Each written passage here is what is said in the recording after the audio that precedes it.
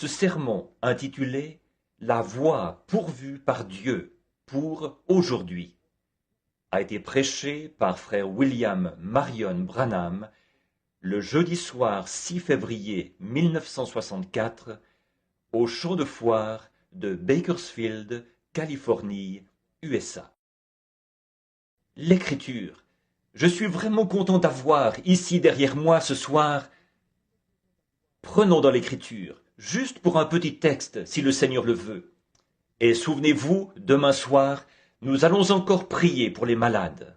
Et maintenant, pendant que je parle, écoutez, essayez tous de faire ceci. N'attendez pas qu'une certaine chose se produise. Ce que vous devez faire, c'est croire Dieu maintenant même. Croyez-le maintenant même. Voyez, maintenant, il y a eu toutes sortes de ministères. Dieu, dans ces derniers jours, je crois, nous a donné tout ce qu'il a dans son livre. Tout ce qu'il a promis, nous l'avons vu. Et malgré ça, il semble que les gens ne peuvent pas le saisir. Ceux qui sont destinés à le saisiront. Uniquement ceux-là. Ça aveugle l'un, ouvre les yeux d'un autre. Souvenez-vous, nous croyons que Jésus-Christ est le même, hier, aujourd'hui et éternellement. Il n'est pas mort, mais il est vivant au siècle des siècles. Et il est ici ce soir. Nous sommes dans sa présence ce soir, et il est ici pour confirmer et pour accomplir toute promesse qu'il a faite pour aujourd'hui. Et il est le même, hier, aujourd'hui et éternellement. Donc, tout ce qu'il a été, il l'est ce soir.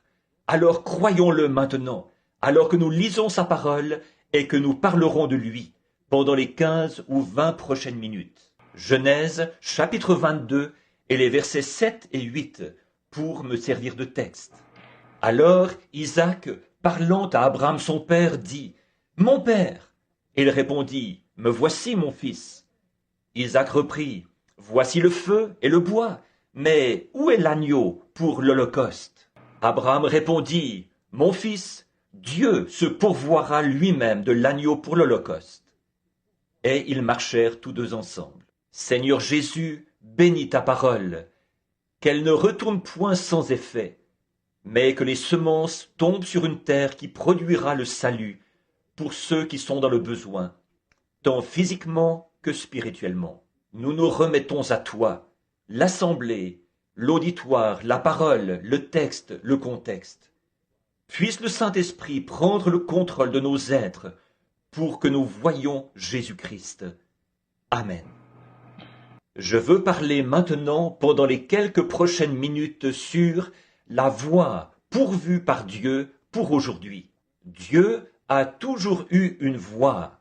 Il y a deux voies, c'est-à-dire nos voies ou bien ses voies. Dieu a une voie pour aujourd'hui. En effet, il a toujours pourvu d'une voie pour tout. Dieu, au commencement, connaissait la fin. Alors il a disposé ses Écritures pour chaque âge. Et l'âge en question, quand il arrive, maintenant, ne manquez pas de voir ceci. L'âge en question, quand il arrive, généralement le ministère est tellement embrouillé dans des ismes et tout, et dans des traditions, qu'il est à 1 000 000 de milles de la parole. Et alors Dieu envoie toujours quelqu'un sur la scène, un prophète. Et ce prophète, Dieu ne change jamais son système, il ne change jamais ses voies, il agit toujours de la même manière. Il l'a toujours fait, il doit le faire cette fois-ci. Et c'est par ce moyen que Dieu agit et confirme cette parole-là. Comme je vous le disais hier soir, c'est Dieu qui fait sa propre interprétation. Dieu n'a besoin de personne pour lui interpréter la parole. Il l'interprète lui-même en la confirmant, en la rendant réelle. Et quand Dieu dit qu'il fera une certaine chose et qu'ensuite il l'a fait, il n'y a plus aucun doute là-dessus. C'est sa manière de faire. Alors Dieu a pourvu d'une voie pour nous. Dieu aime ses enfants, il aime son peuple. Il veut les aider. Il veut vous aider plus que vous voulez vous-même être aidé. Si vous pouvez simplement faire entrer ça dans votre cœur, que Dieu est plus disposé à vous aider que vous êtes disposé à vous aider vous-même. Mais il a une voie, et sa voie est l'unique moyen par lequel il agira. Vous devez accepter ses conditions à lui, pas vos conditions à vous, ses conditions. Vous voulez que ce soit d'une certaine manière, mais il vous le donne à sa manière à lui. Comme Naaman, qui s'est plongé dans les eaux du Jourdain. Eh bien, il disait que les eaux là-bas dans son pays étaient bien plus propres, qu'elles valaient bien mieux. Mais ce n'était pas ce que le prophète avait dit. Plonge-toi ici. Il s'est plongé une fois. La lèpre était toujours là. 6 fois, elle était toujours là. Il devait obéir et suivre la voie de Dieu. Et quand il a obéi entièrement à la voix de Dieu, la lèpre s'en est allée. Et je dis ce soir que si nous obéissons à la voix pourvue par Dieu, la lèpre s'en ira, la maladie s'en ira, tout s'en ira. Mais nous devons suivre sa voie pour aujourd'hui. Bon, se plonger dans le Jourdain ne servirait à rien maintenant. Ça, c'était pour Naaman. La loi, c'était pour les Juifs. La grâce, c'est par Christ. Mais chaque âge a sa part de l'évangile déjà prédite. Cette Bible est la révélation complète de Jésus-Christ. Rien ne peut plus y être ajouté, ni en être retranché. La personne qui le fait est maudite. Nous ne pouvons rien y ajouter, rien en retrancher. Nous devons regarder ici et voir ce qui est promis pour cet âge-ci, et ensuite le voir se produire. C'est Dieu qui interprète sa propre parole. Quand il y a été dit « une vierge concevra », elle a conçu. C'est ça qui en est l'interprétation de Dieu. Ce qu'il promet, c'est ce qu'il fait. Maintenant, nous voyons que Dieu ne change pas ses systèmes de faire les choses. Il fait toujours les choses de la même manière. Nous changeons constamment, parce que nous sommes limités. Nous faisons toutes sortes d'erreurs, et nous pouvons nous améliorer et devenir meilleurs. Mais Dieu est infini. Sa première décision reste tout le temps parfaite. Il ne peut pas devenir plus intelligent. Il est la source de toute sagesse. Il est toute la sagesse. Il est toute la puissance, omnipotent, omniprésent, omniscient et infini. Ainsi donc, quand il dit quelque chose, accrochez-vous-y de toute votre âme, parce que c'est vrai. Or, certaines églises disent, nous ne croyons pas ceci, et nous croyons cela. Dieu ne jugera jamais le monde par une église, il le juge par Jésus-Christ, et Jésus est la parole. Il jugera l'église par la parole. Et si ceci est la révélation de Jésus-Christ, pour tous les âges et pour cet âge-ci, il a révélé dans cette Bible ce qu'il ferait dans cet âge-ci. Et quand nous voyons cela se faire, quand nous le voyons faire ce qu'il a promis de faire, pas une naissance virginale, ça c'était il y a 2000 ans, mais ce qu'il a promis de faire aujourd'hui, ce qu'il a dit qu'il ferait aujourd'hui, c'est ça qu'il est aujourd'hui. Bien des fois les gens disent, eh bien, je ne crois pas cela. Eh bien, vous avez de nouveau là l'interprète d'Ève. Il n'en prend qu'une partie, mais il ne prend pas le tout. Donc, nous voulons nous rappeler que Dieu reste toujours le même. Sa parole est ce qu'il dit, il le fera. Pour montrer qu'il ne change pas, dans Genèse 1, il a dit que chaque semence produit selon son espèce. Que chaque semence produit selon son espèce. C'est précisément là que nous touchons, précisément là, à quelque chose qui donne le coup fatal à tous les évolutionnistes. Vous ne pouvez pas faire se reproduire certaines choses. Prenez par exemple le cheval et l'ânesse. Croisez-les, vous aurez un mulet. Mais un mulet ne peut pas se reproduire à son tour et donner un autre mulet. Ça s'arrête là. Chaque semence selon son espèce. On peut faire un croisement, mais ça va tout de suite revenir à ce que c'était, ce qui montre que ça n'évolue pas comme ça. Non, monsieur, ça s'arrête là. Vous pouvez croiser l'épinard avec quelque chose d'autre pour produire un chou frisé, mais ça, vous ne pouvez pas le faire se reproduire à son tour. Non, monsieur. Vous pouvez produire du maïs hybride, mais replanter ce maïs hybride, vous n'obtenez rien. Vous devez refaire le croisement chaque fois, parce que Dieu a dit que chaque semence produise selon son espèce. Et maintenant, en hybridant les choses, regardez où en est le monde aujourd'hui. Je lisais un article ici dans le Reader's Digest qui disait que dans 20 ans, les femmes n'auront plus de bébés si ça continue. Elles mangent une nourriture hybride. Ce qu'il y a, c'est qu'ils l'ont hybridée. Et l'être humain n'a pas été fait comme ça, pour manger ce genre de nourriture-là. Il a été fait pour la rencontrer telle, ou pour la manger telle qu'elle a été créée. C'est pour ça qu'aujourd'hui, ils ne peuvent pas conserver les viandes, et que toutes les choses sont dans l'état où elles sont. C'est parce qu'elles sont hybridées, plantées en serre chaude, et, avec toutes sortes de procédés. C'est simplement tout mélangé. Alors, on en est au point où toute la race humaine est en train d'être détruite par ses propres réalisations, en essayant de prendre quelque chose que Dieu a créé bon et de le transformer pour le rendre différent à leur manière. Laissez les choses telles que Dieu les a faites. On en est même au point où ils essaient d'hybrider les églises aujourd'hui, du vrai baptême du Saint-Esprit à une poignée de main, une sorte d'aspersion pour un baptême d'eau. Oh là là, tout est hybridé. Nous devons revenir. Une plante hybride, on est obligé de la dorloter et de la vaporiser et d'en éloigner les insectes et les scarabées. Mais pas une plante authentique, en bonne santé. Elle est robuste, forte. Il n'y a aucun insecte qui vient sur elle. Elle a en elle ce qu'il faut pour se débarrasser de l'insecte. Et c'est comme ça qu'est un chrétien authentique. On n'a pas besoin de le dorloter et de le flatter et de lui dire ceci, cela ou autre chose.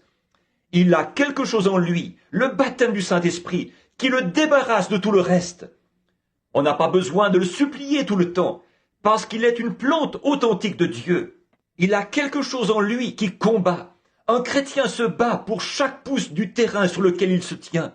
Il doit faire ça s'il espère jamais exister. Et en le faisant, il y a quelque chose en lui qui prend soin de lui. Ève a essayé d'hybrider la parole au commencement. Dieu lui avait dit, « Le jour où tu en mangeras, ce jour-là tu mourras. » Elle a essayé de la croiser avec la connaissance que Satan lui avait donnée. Et quand elle l'a fait, c'est là qu'elle a causé la perte de toute la race humaine, au profit du diable, quand elle a essayé de mélanger la parole pure de Dieu avec la connaissance. Ça ne vient pas par la connaissance du monde, ça vient par la puissance du Saint-Esprit. Ce n'est ni par la puissance, ni par la force, mais c'est par mon esprit, dit l'Éternel. C'est comme ça que Dieu le fait. La parole de Dieu est la semence de la vie éternelle. Si vous essayez de l'hybrider, qu'est-ce que vous allez faire? Vous allez vous tuer avec elle. Ça ne marchera pas. Ça ne se mélangera pas plus que l'huile et l'eau ne se sont jamais mélangés. Ça ne se mélangera pas. Ils n'ont jamais, quelle que soit leur voie, essayé de trouver quelque chose qui soit mieux que la voie de Dieu pour faire les choses. Vous savez, ils n'ont jamais trouvé un meilleur moyen pour un poussin de naître dans ce monde que de sortir de sa coquille à coups de bec. Saviez-vous ça? Ils n'ont jamais trouvé un meilleur moyen. Le petit poussin naît avec un petit pif sur le bout de son bec. Et ce petit bec qu'il a, c'est pour se mettre au travail et se mettre à gratter. Avec un mouvement de va-et-vient, il va gratter jusqu'à ce qu'il réussisse à engager sa tête, qu'il sorte sa tête de là, qu'il se gratte un chemin jusqu'à la liberté. C'est la voie pourvue par Dieu. Si vous le tirez de la coquille, ça le tuera. Il ne vivra pas. Si vous le tirez de la coquille, il doit suivre la voie de Dieu. C'est là le problème chez les chrétiens aujourd'hui. Nous les avons tellement caressés dans le sens du poil, et nous leur avons serré la main, et les avons fait entrer en secret, et les avons fait entrer dans l'église par une adhésion. Ce qu'il leur faut, c'est un autel de prière à l'ancienne mode, où ils prieront jusqu'à exaucement, jusqu'à ce que, en se dépensant, ils suivent la voie pourvue par Dieu, jusqu'à ce qu'ils se libèrent du monde. Le problème aujourd'hui, c'est qu'ils mettent leur nom sur le registre et adhèrent à l'église, et ça s'arrête là. Mais la voie de Dieu, la voie pourvue, c'est de rester là et de vous frayer un passage jusqu'à ce que Dieu vous donne la nouvelle naissance. C'est tout à fait exact. Faites-le sortir et ça le tuera. C'est là le problème aujourd'hui chez les gens. Une nouvelle naissance, ils évitent tout ça. Ils n'aiment pas ça. Oh, ils ont substitué quelque chose à la nouvelle naissance. Venez et croyez, c'est tout ce que vous avez à faire. Le diable lui-même croit, et vous savez qu'il n'est pas né de nouveau. Il y a une nouvelle naissance, il y a quelque chose qui qui va de pair avec ça. Quelque chose qui, pour le monde, semble inconvenant, de mauvais goût. Toute naissance est un gâchis, peu m'importe où c'est. Si c'est dans la porcherie ou dans un hôpital, une naissance est un gâchis. C'est pareil pour la nouvelle naissance. Ça vous fera faire des choses que vous n'auriez pas pensé faire. Ça vous fera vous agenouiller à l'autel et pleurer, pousser des cris, vous laver le visage pour enlever le fard, lever les mains, louer Dieu, parler en langue et toutes sortes de choses. La nouvelle naissance fera ça parce que c'est la voie pourvue par Dieu pour naître de nouveau. Vous devez mourir avant de pouvoir renaître. Toute semence doit mourir avant d'être régénérée de nouveau. Si elle ne meurt, elle reste seule. Il faut qu'un homme meure à sa propre pensée. Il faut qu'il meure à toute pensée autre que la parole de Dieu et qu'il suive sa voie à lui. C'est ça le terrain de Dieu. Nous ne le rencontrons pas en nous basant sur nos pensées. Nous le rencontrons en nous basant sur ce qu'il a dit de faire. C'est la voie pourvue par Dieu pour ça. Les gens l'évitent, ils n'en veulent pas. Mais n'empêche que c'est vrai, ça produit la mort et vous devez mourir à votre pensée. Eh bien, je sais que la Bible dit, mais je n'arrive pas à comprendre. Alors, restez là jusqu'à ce que Dieu le révèle. C'est exact, c'est ça la nouvelle naissance. Les canards et les oies, on n'a jamais trouvé un meilleur moyen pour eux de se diriger vers le sud que de se regrouper premièrement. Et c'est vrai, vous les verrez tous se rassembler, et ils viendront d'eux-mêmes. Une sorte d'instinct les réunit, et ils se rassemblent et se regroupent avant de s'envoler, avant de se diriger vers le sud. Qu'est-ce? C'est le temps du réveil, quand ils se rassemblent tous. Avez-vous déjà, de votre vie, entendu un tel jacassement, comme d'entendre ces oies au moment de leur rassemblement, ou ces canards? Je n'ai jamais rien entendu de tel. Et il n'y a pas d'autre, pas de meilleur moyen pour eux de le faire. Bien des fois, dans les bois du Nord, j'observe le début de la période du grand froid au Canada. Une bande de canards nés là même, sur ce lac. Ils n'ont jamais quitté ce lac. Ce petit canard ne l'a jamais quitté. Et tout à coup, une brise froide descend du nord. Ce brave petit canard mâle, il est tout simplement un chef dès sa naissance. Il va droit là, au milieu de cet étang, lève son petit bec en l'air, cacarde 4 ou 5 fois, et tous les canards de l'étang viennent directement à lui. Et il se lève de là, et il part en ligne aussi droite qu'il le peut, vers la Louisiane, vers les rizières. Pourquoi? On n'a jamais trouvé un meilleur moyen pour lui de se rendre là-bas. Vous ne pouvez pas les rassembler en troupeau. Mettez-les dans une cocotte et dans une cage à poules, et transportez-les là-bas par camion. Ce canard a plus de bon sens que ça.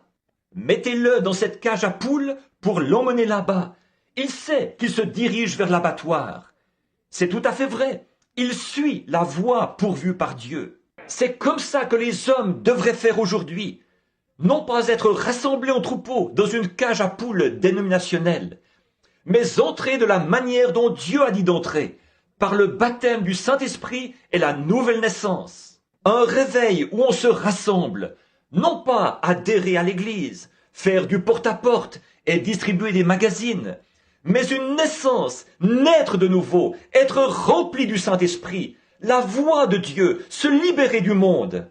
C'est vrai, croire la parole de Dieu, c'est maintenant l'heure, c'est ce que nous devons croire. L'homme, vous ne pouvez jamais, peu m'importe combien d'hommes essayeraient d'aller là-bas, à cet étang de canards, et dire « Maintenant, attendez une minute, les petits canards, j'ai quelque chose à vous dire.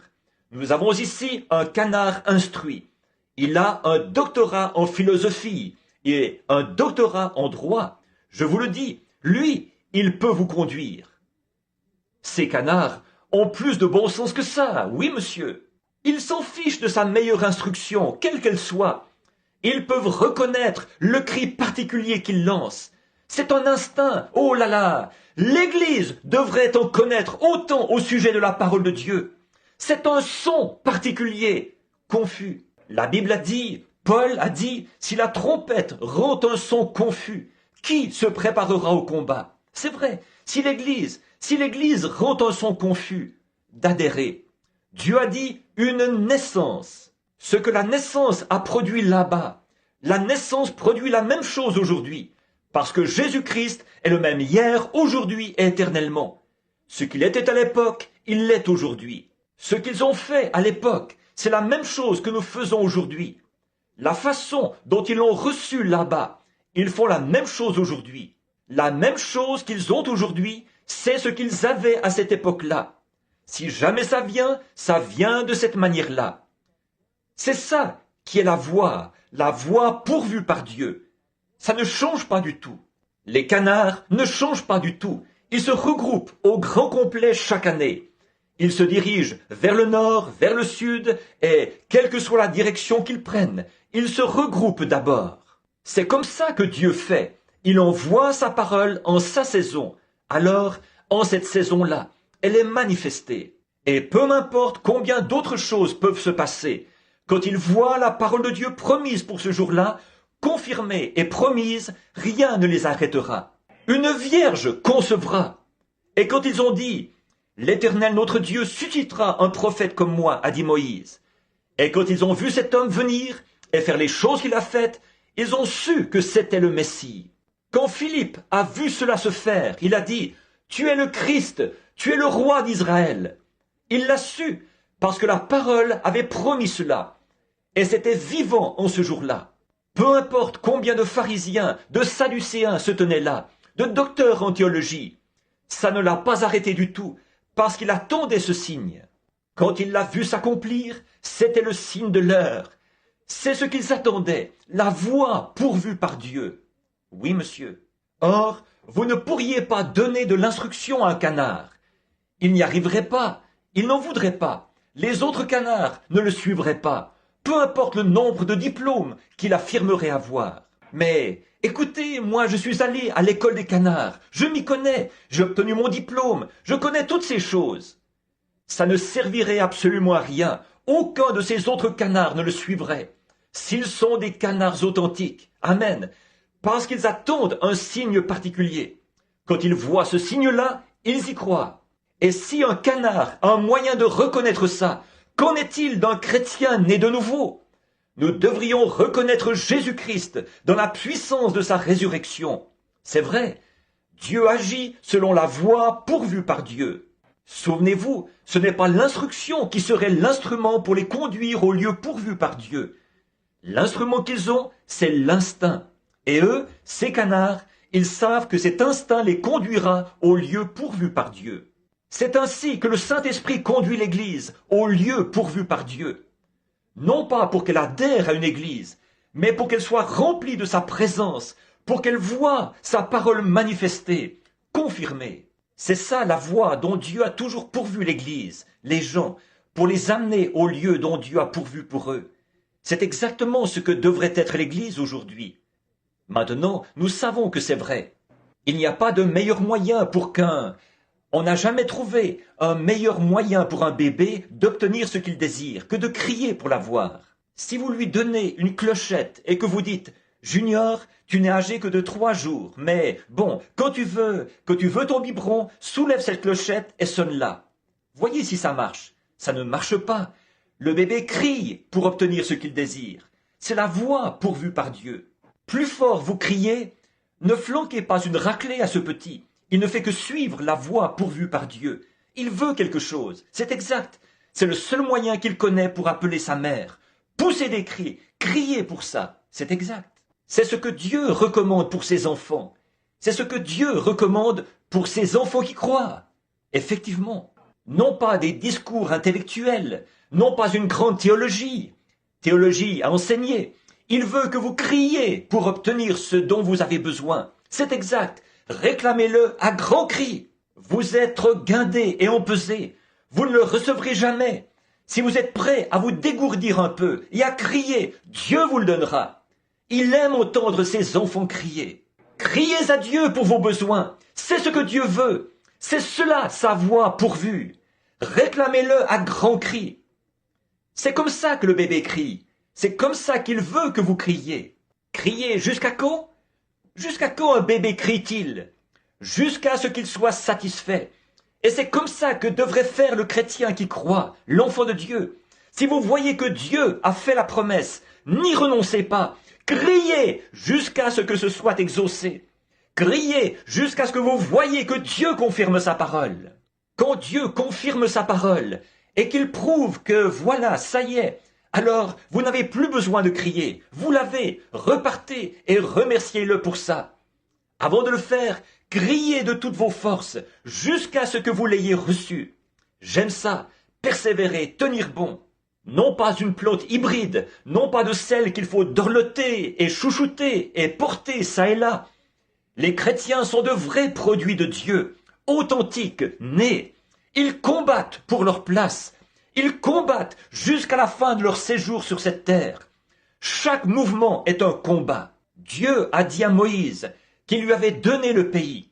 Il a dit à Josué, tout lieu que foulera le pied ou la plante de votre pied, je vous l'ai donné. Ils ont dû combattre pour chaque pouce de terrain. Et nous aussi, nous combattons pour chaque pouce de terrain.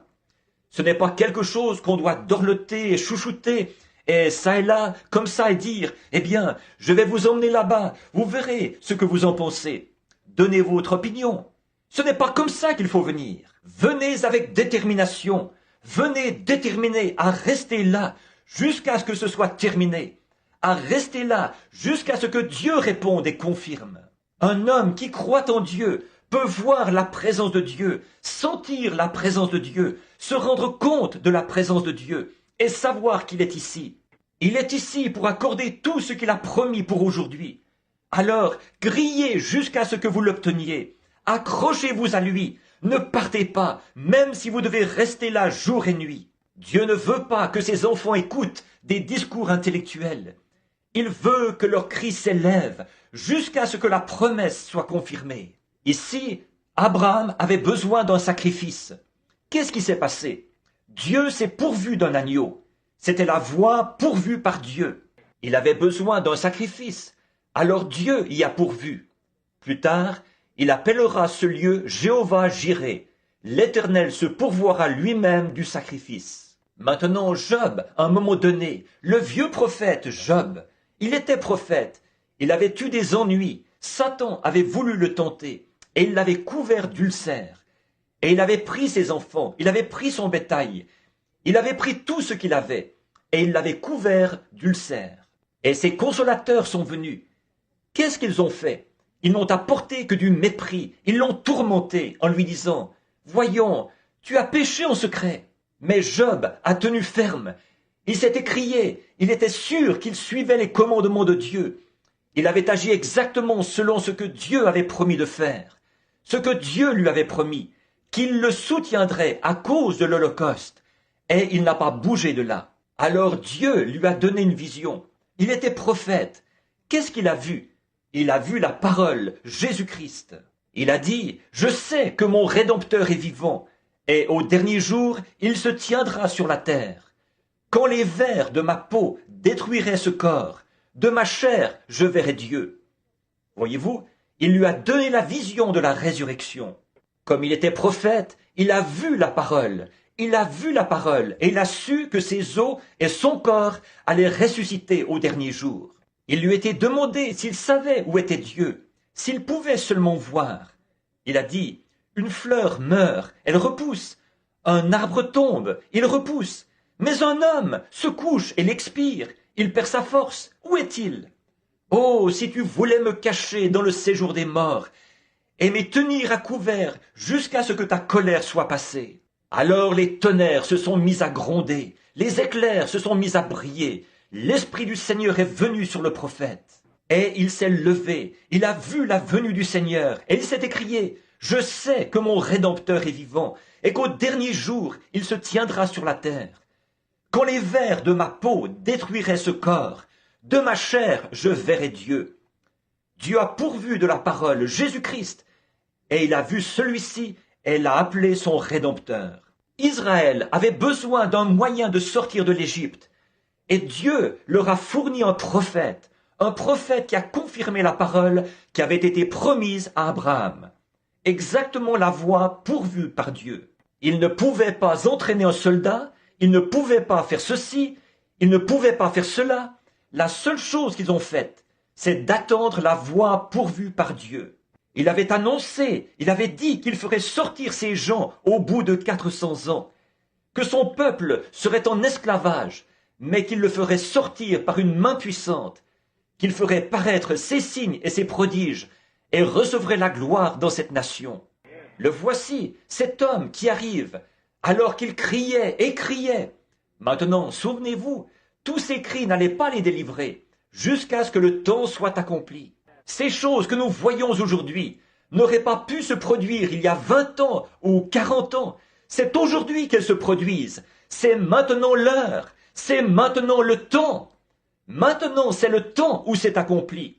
Pourquoi? Dieu l'a promis, et le voici. Il disait il y a 100 ans que le baptême du Saint-Esprit ne pouvait plus être. Il disait il y a 50 ans que le Saint-Esprit... Mais vous, les pentecôtistes, vous leur avez prouvé que c'était l'heure prévue par Dieu pour répandre le Saint-Esprit. Peu importe ce que disaient les méthodistes, les baptistes, les presbytériens, les luthériens, vous vous en êtes tenus strictement à la parole de Dieu. Des hommes courageux sont allés là-bas et ils ont tenu bon jusqu'à ce que le baptême du Saint-Esprit vienne. Et ils ont parlé en langue et exalté Dieu. Personne ne peut vous dire le contraire. Dieu est son propre interprète. Vous l'avez. Vous ne pouvez peut-être pas l'expliquer, mais vous savez que vous l'avez reçu. Qui peut expliquer Dieu? Personne. Je ne peux pas vous dire comment Dieu fait pour montrer une vision, mais je sais que ça arrive. Je ne peux pas voir comment Dieu peut faire ces choses. Ce n'est pas à moi de l'expliquer. Il demeure seul. Il est Elohim, celui qui se suffit à lui-même. Je ne suis que son serviteur. Je sais qu'il l'a promis, et je sais que c'est ici. Ça, c'est une chose que je sais. Je le sais qu'il est le même hier, aujourd'hui et éternellement. Je sais qu'il a promis ceci, et Dieu est ici pour montrer que sa promesse est vraie. Oui, la voie pourvue par Dieu. Israël avait été pourvu d'un prophète qui avait confirmé la parole, et il les avait fait sortir. Ce prophète, Moïse, il avait vécu plusieurs années dans le désert, 40 ans, à lutter avec ces gens, à essayer de les garder jusqu'à ce qu'ils puissent les amener au pays promis. Le moment est venu où cet homme devait mourir. Il avait 120 ans. Il n'y avait aucun lieu où il puisse mourir. Quand il était sur le point de mourir, Dieu a pourvu d'un rocher pour lui. Le rocher qu'il avait frappé dans le désert, le rocher qui les avait suivis, auquel ils avaient bu. Dieu a pourvu d'un rocher pour lui, d'un lieu où mourir, où Moïse pourrait mourir d'une mort convenable. Sur ce rocher, ô Dieu, laisse-moi mourir sur ce même rocher. C'est là que je veux mourir. Ce rocher, c'était Jésus-Christ. Oui, monsieur. Après qu'il est mort sur ce rocher, il avait besoin de porteurs de cercueils. Dieu lui envoyait un groupe d'anges. Pourquoi pas un groupe de ses anciens? Parce que personne ne pouvait l'emporter là où il allait, si ce n'est des anges. Ils l'ont emporté dans la présence de Dieu. Il avait besoin de porteurs de cercueils, et Dieu y a pourvu. Il a suivi la voie pourvue par Dieu. Alléluia. Enoch avait marché 500 ans avec Dieu, et il lui était agréable. Il avait besoin d'une route par laquelle rentrer à la maison. Dieu y a pourvu. Élie avait maudit Jézabel à cause de son visage fardé et de la manière dont elle avait amené tout le peuple à agir. Et il était fatigué et épuisé, et il était tout près de rentrer à la maison. Il était tellement vieux, c'est à peine s'il pouvait traverser le Jourdain. Dieu l'a pourvu d'un moyen de traverser le Jourdain. Il voulait monter au ciel, aller retrouver Dieu. Dieu a fait descendre un char de feu et des chevaux et l'a emporté. La voie pourvue par Dieu. La voie pourvue par Dieu. Il fait toujours les choses parfaitement. C'est vrai, oui monsieur, Dieu pourvoit d'une voie, toujours. Oui, les mages, quand ils étaient en route, en provenance de Babylone, ils voyaient un chemin qu'ils voulaient suivre, parce qu'ils savaient que ce roi devait naître. Ils avaient besoin d'une boussole. Dieu a pourvu d'une étoile. Ils ont laissé toutes les autres choses. Ils n'avaient pas besoin de boussole. Ils ont suivi l'étoile. C'était la voie pourvue par Dieu. Dieu a pourvu d'une voie. Ils ont suivi l'étoile jusqu'à ce qu'ils aient trouvé la lumière parfaite. Oh, un jour le monde avait besoin d'un sauveur. Ils étaient perdus. Ils ne le savaient pas. Ils pensaient qu'ils étaient sauvés. Mais ils avaient besoin d'un sauveur. Dieu a pourvu d'un fils pour que celui-ci soit le sauveur. Pourquoi? Personne d'autre ne pouvait le faire. Il n'y avait personne sur la terre, personne au ciel, nulle part, qui était capable de le faire. Dieu a couvert de son ombre une vierge. Elle a conçu et elle a enfanté un enfant mâle. Et cet enfant mâle n'était ni juif ni gentil. Il était Dieu manifesté dans la chair, le seul qui pouvait racheter. Son sang nous sauve, son sang nous guérit. C'est sur ce sang que nous pouvons nous tenir, pour chaque promesse qu'il a faite. Dieu a promis de le faire. Dieu ne rencontre l'adorateur qu'à travers le sang et sous le sang. Israël avait un seul lieu pour rencontrer Dieu. Non pas Adam. Dieu a un seul lieu aujourd'hui où il rencontre l'adorateur. Non pas chez les méthodistes, les baptistes ou les pentecôtistes. Il les rencontre sous le sang. C'est le seul lieu pourvu que Dieu a. Non pas dans l'organisation, ni dans une union, mais c'est dans le sang que Jésus-Christ rencontre son adorateur. Quand je verrai le sang, c'est la voie pourvue par Dieu. Après que l'Église avait été tout à fait convaincue, quand il l'avait vu, constaté qu'il était le Messie, quand la petite femme au puits, quand elle avait besoin d'un sauveur, qu'elle avait besoin de voir quelque chose, elle avait été à l'église et tout, et ils avaient vu ce credo-ci et ce credo-là, si bien qu'elle avait fini par devenir une prostituée. Elle s'était retrouvée sur le trottoir. Un jour, elle allait puiser un seau d'eau vers 11 heures du matin, et un homme était assis là, un juif, ici, au milieu de ce petit décor.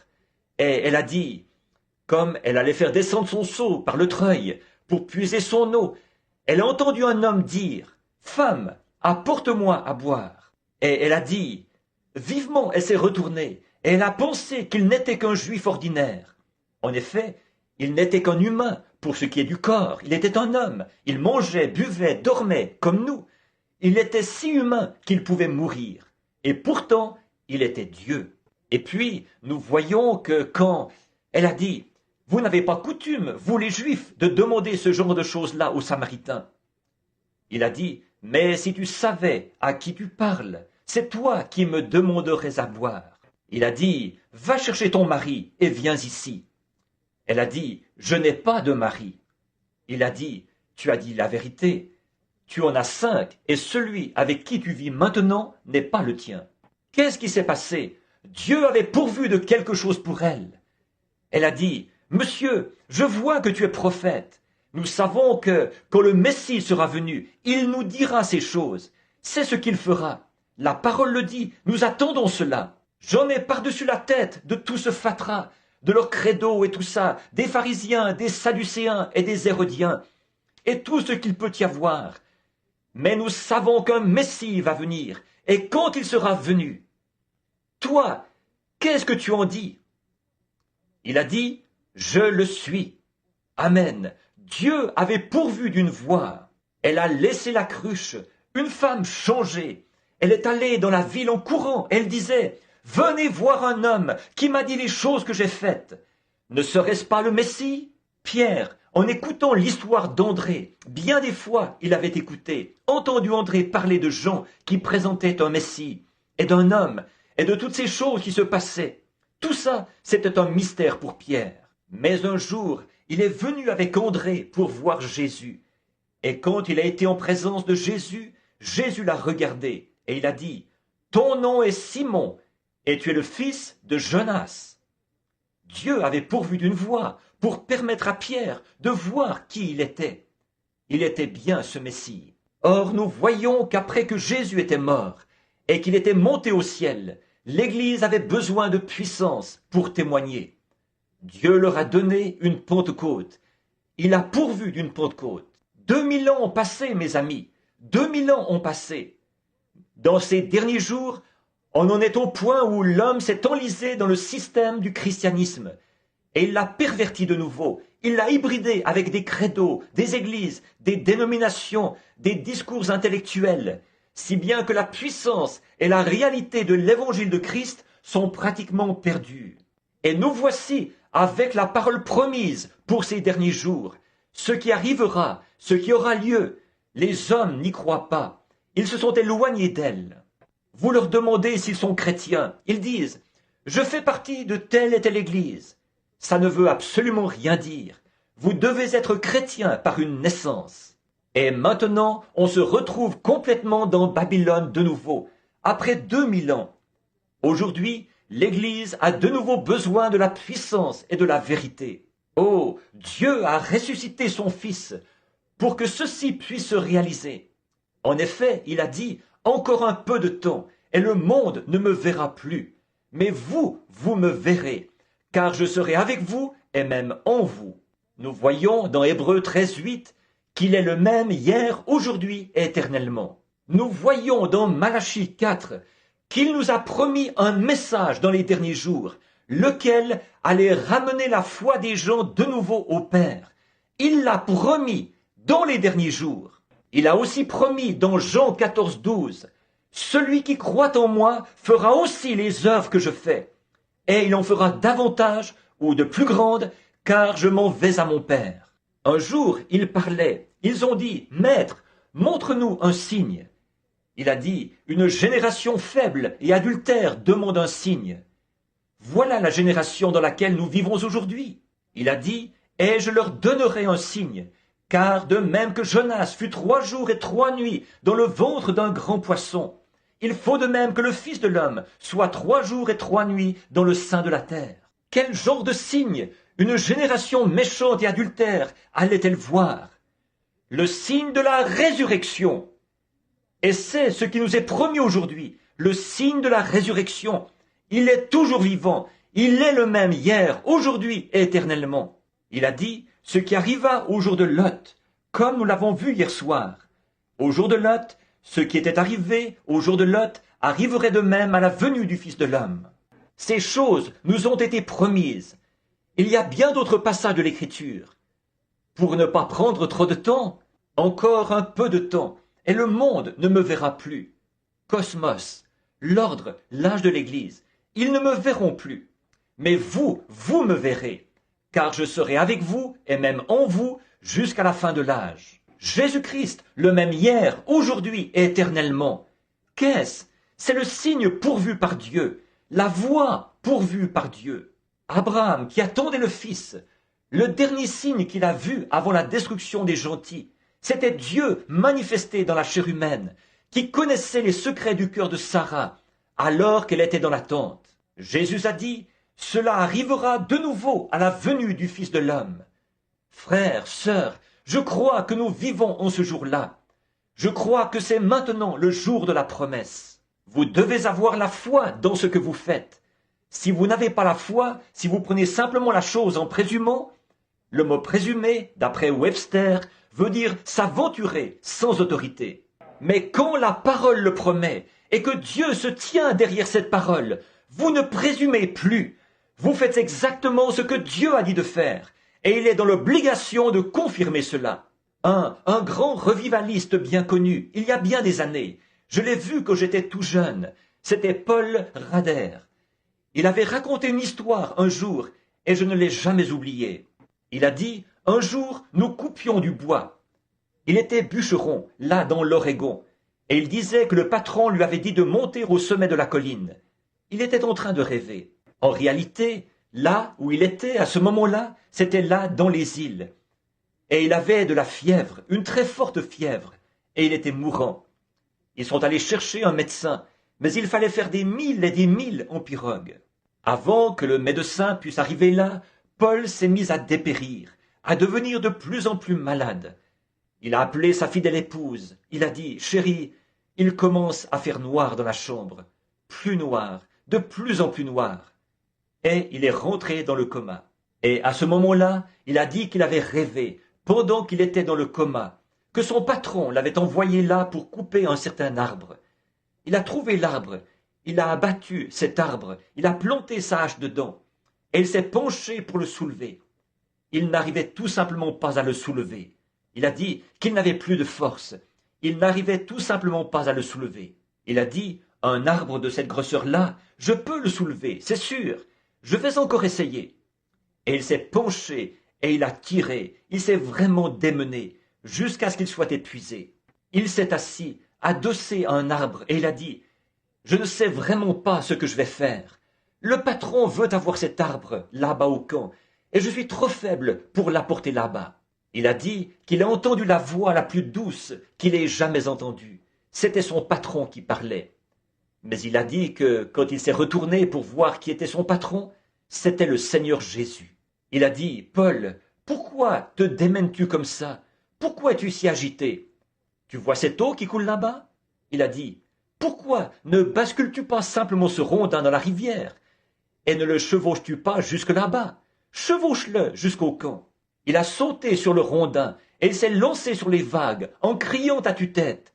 Je chevauche dessus, je chevauche dessus. Frères, sœurs, Jésus-Christ a promis que ces choses arriveraient dans les derniers jours. Je crois que nous y vivons.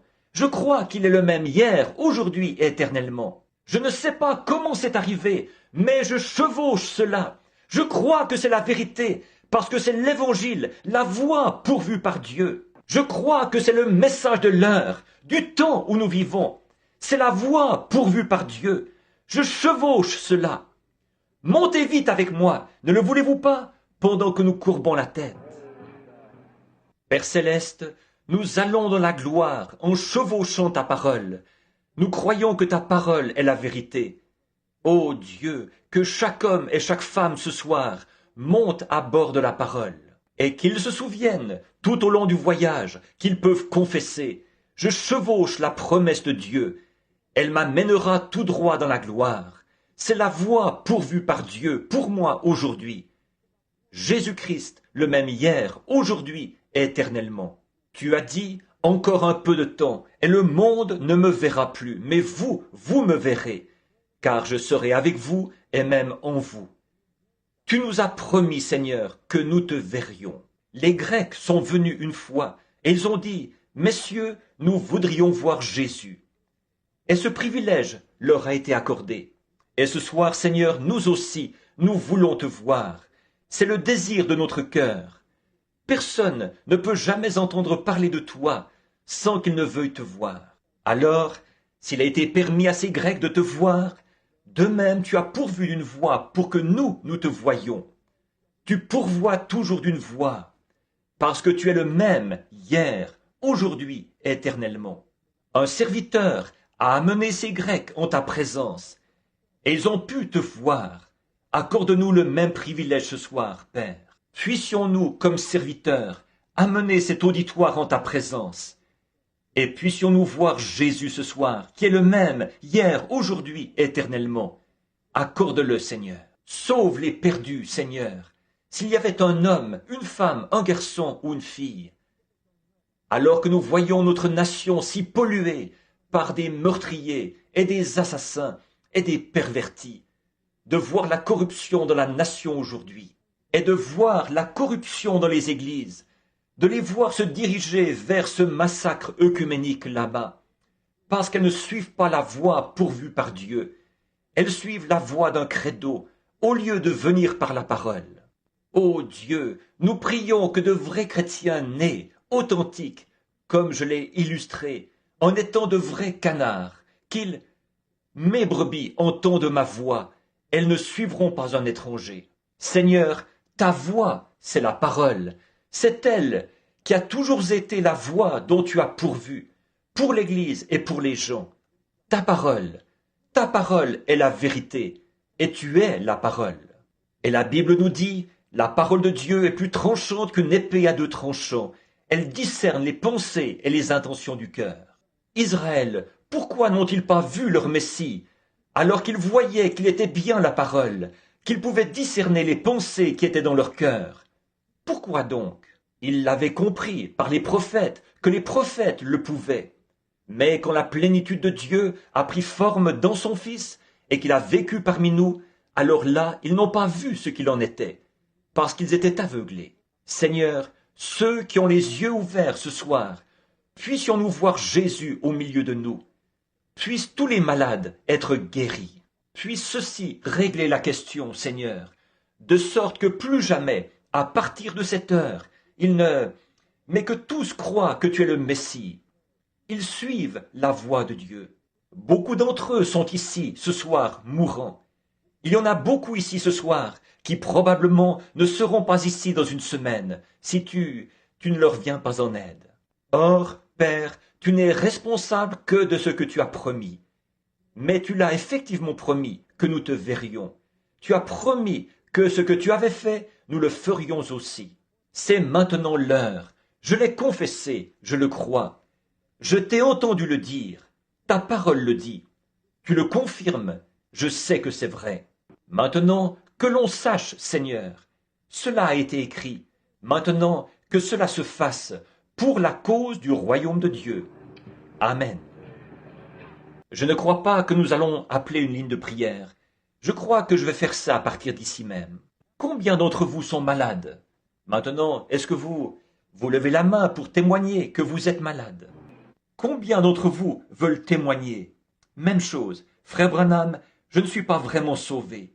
Voulez-vous lever la main? Priez pour moi. Que Dieu vous bénisse. Et vous, là, c'est bien, c'est que Dieu vous bénisse. Je ne suis pas sauvé. Maintenant, vous qui avez levé les mains et vous qui ne l'avez pas fait, mais frère Branham, vraiment, je veux être sauvé. C'est ce que j'ai à cœur. Je crois qu'il n'y a plus rien dans ce monde pour personne. Que pourriez-vous réaliser de plus qui soit plus grand que votre salut? Priez pour moi, je veux être sauvé. Voulez-vous lever la main partout dans la salle, n'importe où? Je veux. Combien d'entre vous n'ont pas reçu le Saint-Esprit? Dites, je sais qu'il faut que je le reçoive. Levez les mains. Je ne l'ai pas reçu, je veux le recevoir. Bien, il y a un bon nombre de gens qui ne l'ont pas reçu. Maintenant, Christ tient sa parole, et vous devez maintenir votre foi en lui. Il est la parole. Or, dans Hébreux chapitre 4, il est dit que la parole de Dieu, qui est Christ, Christ est la parole. Vous le savez tous. Dites Amen. Il est la parole, le même hier, aujourd'hui, éternellement. Ce qu'il était en Moïse, il l'était aussi en Élie. Ce qu'il était en Élie, il l'était en Jean. Ce qu'il était en Jean, il a atteint son achèvement en Jésus. Et aujourd'hui, il est le même qu'il était à l'époque. Encore là, c'est la parole de Dieu qui avait été prophétisée pour aujourd'hui, ce qui fait de lui la lumière qui éclaire et qui confirme la parole promise. Nous sommes au temps de la fin, mes amis. Jésus est présent. Je sais que vous avez déjà entendu ces choses. Que se passerait-il si vous n'aviez jamais vu de votre vie, que vous n'aviez jamais eu le sens de la vue, qu'aucun être humain ne l'avait, mais que de temps à autre vous ressentiez une sensation réelle de chaleur? Et moi, j'aurais la vue, je verrais. Alors, je vous dirais que c'était le soleil. Vous diriez, je ne sais pas comment ça se fait, mais je sens quelque chose. C'est comme chaud, on peut le sentir. Je dirais, c'est le soleil. Qu'est-ce que le soleil? C'est une lumière. Qu'est-ce qu'une lumière? Tout ça, ce serait un monde nouveau pour vous. Mais si je vous disais que Jésus-Christ se tient ici maintenant, si je vous disais qu'il est au milieu de nous, il l'a promis, là où 2 ou 3 sont assemblés en mon nom, je suis là au milieu d'eux. Je suis là. Ça, ou bien c'est la vérité, à mon avis, ceci est toute la vérité, ou bien ce n'est pas la vérité du tout. Ceci, ou bien c'est la chose vraie, ou bien ce n'est pas vrai. Bon, pour ce qui est de vous sauver, ça, il l'a fait quand il est mort au calvaire. De vous guérir, il l'a fait quand il est mort au calvaire. Vous croyez ça? La parole dit qu'il l'a fait. Maintenant, la seule chose qu'il pourrait faire, s'il se tenait ici, vêtu de ce complet qu'il m'a donné, la seule, ce serait de vous prouver qu'il est le Messie. Non pas par des marques de clous dans sa main. N'importe quel hypocrite peut faire ça. Mettre des marques de clous et du sang sur son visage, des marques et tout ça. Ça peut se faire. Ça s'est fait. Beaucoup de personnes ont même été crucifiées comme lui. Ce n'est pas ça. Mais sa vie, ce qui était en lui, le Fils ne peut rien faire de lui-même. Il ne fait que ce qu'il voit faire au Père. C'est la vie qui était en lui qui le prouvait. Ce n'est pas parce qu'il était juif que la petite femme au puits a cru qu'il était le Messie. C'est parce qu'il pouvait discerner les pensées de son cœur C'est ça qui faisait de lui le Messie. Si c'était là la manière dont le Messie s'était présenté autrefois, si c'était la voie dont il avait pourvu pour se faire connaître, c'est la voie dont il a pourvu, selon les Écritures, pour cet âge-ci. Le croyez-vous? Or, chacun de vous ici, je vous suis inconnu. J'ai regardé de tous côtés, je ne vois pas une seule personne que je connais. Tous ceux ici qui ne me connaissent pas et qui savent que je ne sais rien de vous, levez la main. C'est tout le monde, partout. Cette personne, couchée ici sur ce lit de camp, a levé la main. Il ne me connaissait pas. Personne ne me connaît. Mais souvenez-vous, Dieu, lui, il vous connaît. Dieu vous connaît. Maintenant, s'il prouve qu'il est ici, qu'est-ce que c'est, frère Branham? C'est un don. Un don, qu'est-ce que c'est? Un don, qu'est-ce que c'est finalement?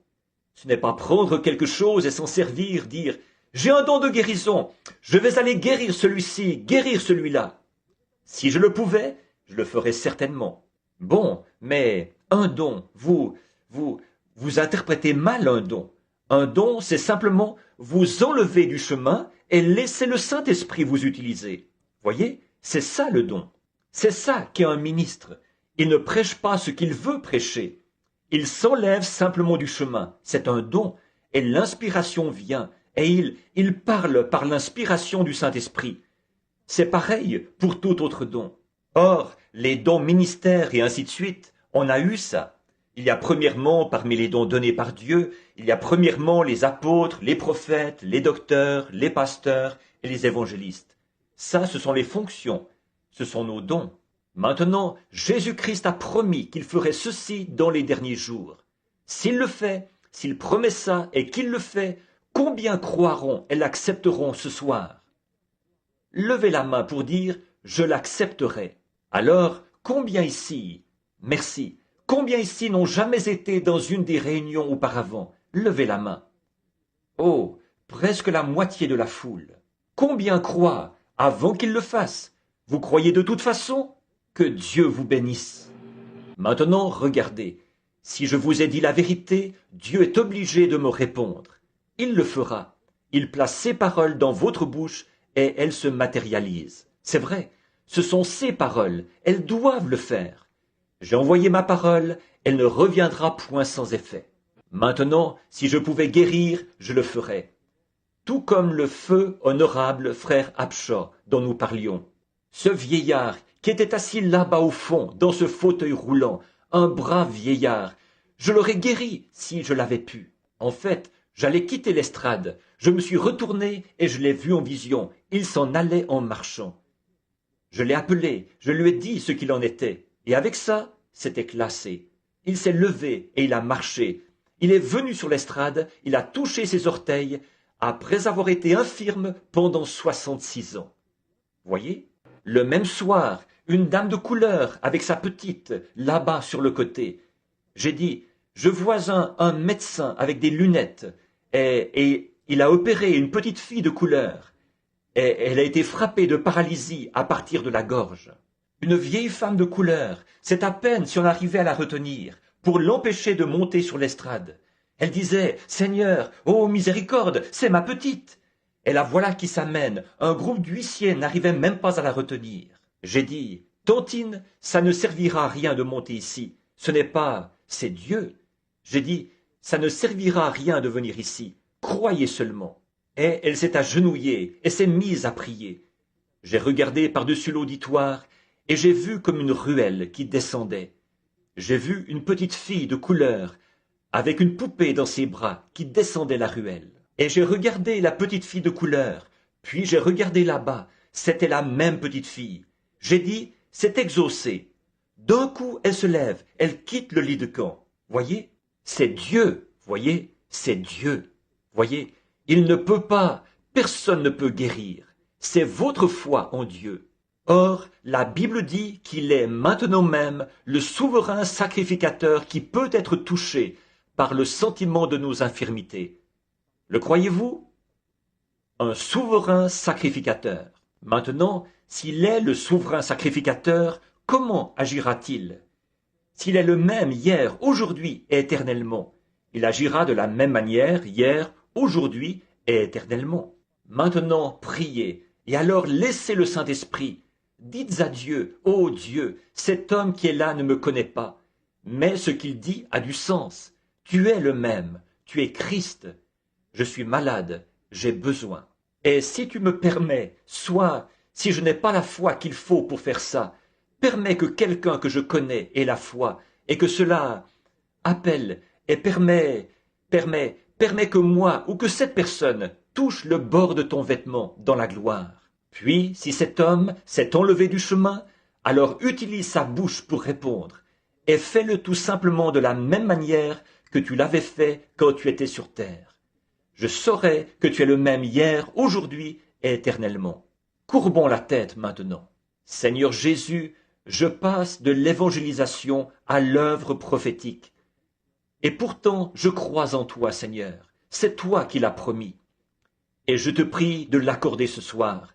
Accorde-le.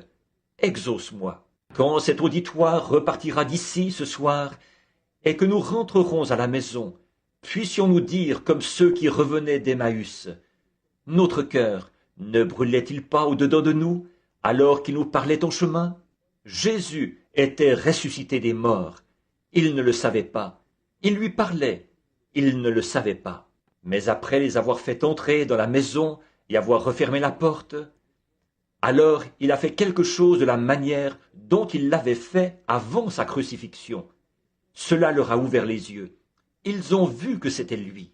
Encore une fois, Seigneur, puissent nos cœurs brûler, comme les leurs avaient brûlé, alors que nous rentrerons à la maison ce soir. En effet, nous savons que tu nous as parlé en chemin. Ce soir, fais les choses que tu avais faites quand tu étais sur terre, car tu es le même hier, aujourd'hui, éternellement. Nous le demandons au nom de Jésus. Amen. Maintenant, soyez en prière et croyez simplement. Consacrons d'abord ce côté-ci. Où que vous soyez dans la salle, croyez en Dieu. J'aimerais que tout le monde soit vraiment respectueux. Restez assis, tranquille, priez. Ceci est totalement impossible. Je parlais ce matin au petit déjeuner des ministres d'un paradoxe. Un paradoxe est incroyable, quelque chose d'incroyable, mais pourtant vrai. Vous savez que le Saint-Esprit se tiendrait ici et dirait quelque chose dans cet auditoire, à des gens que je ne connais pas. Ça ne pourrait être qu'un paradoxe. C'est quelque chose qui ne s'explique pas. Je ne sais pas s'il le fera. J'espère seulement qu'il le fera. J'ai confiance qu'il le fera. Maintenant, priez simplement et dites, Seigneur Jésus, je veux toucher ton vêtement et j'ai un besoin. Je te promets, Seigneur, que je te servirai toute ma vie. Dieu veut que vous vous repentiez. Si vous ne vous êtes pas repenti, repentez-vous. Dites, je veux me repentir, Seigneur. Je veux que tu me guérisses. Je veux que tu me bénisses. Guéris-moi maintenant, Seigneur. Je suis ton serviteur. As-tu distribué des cartes de prière aujourd'hui? J'allais juste demander à Billy si... Sinon, j'aurais appelé une ligne de prière.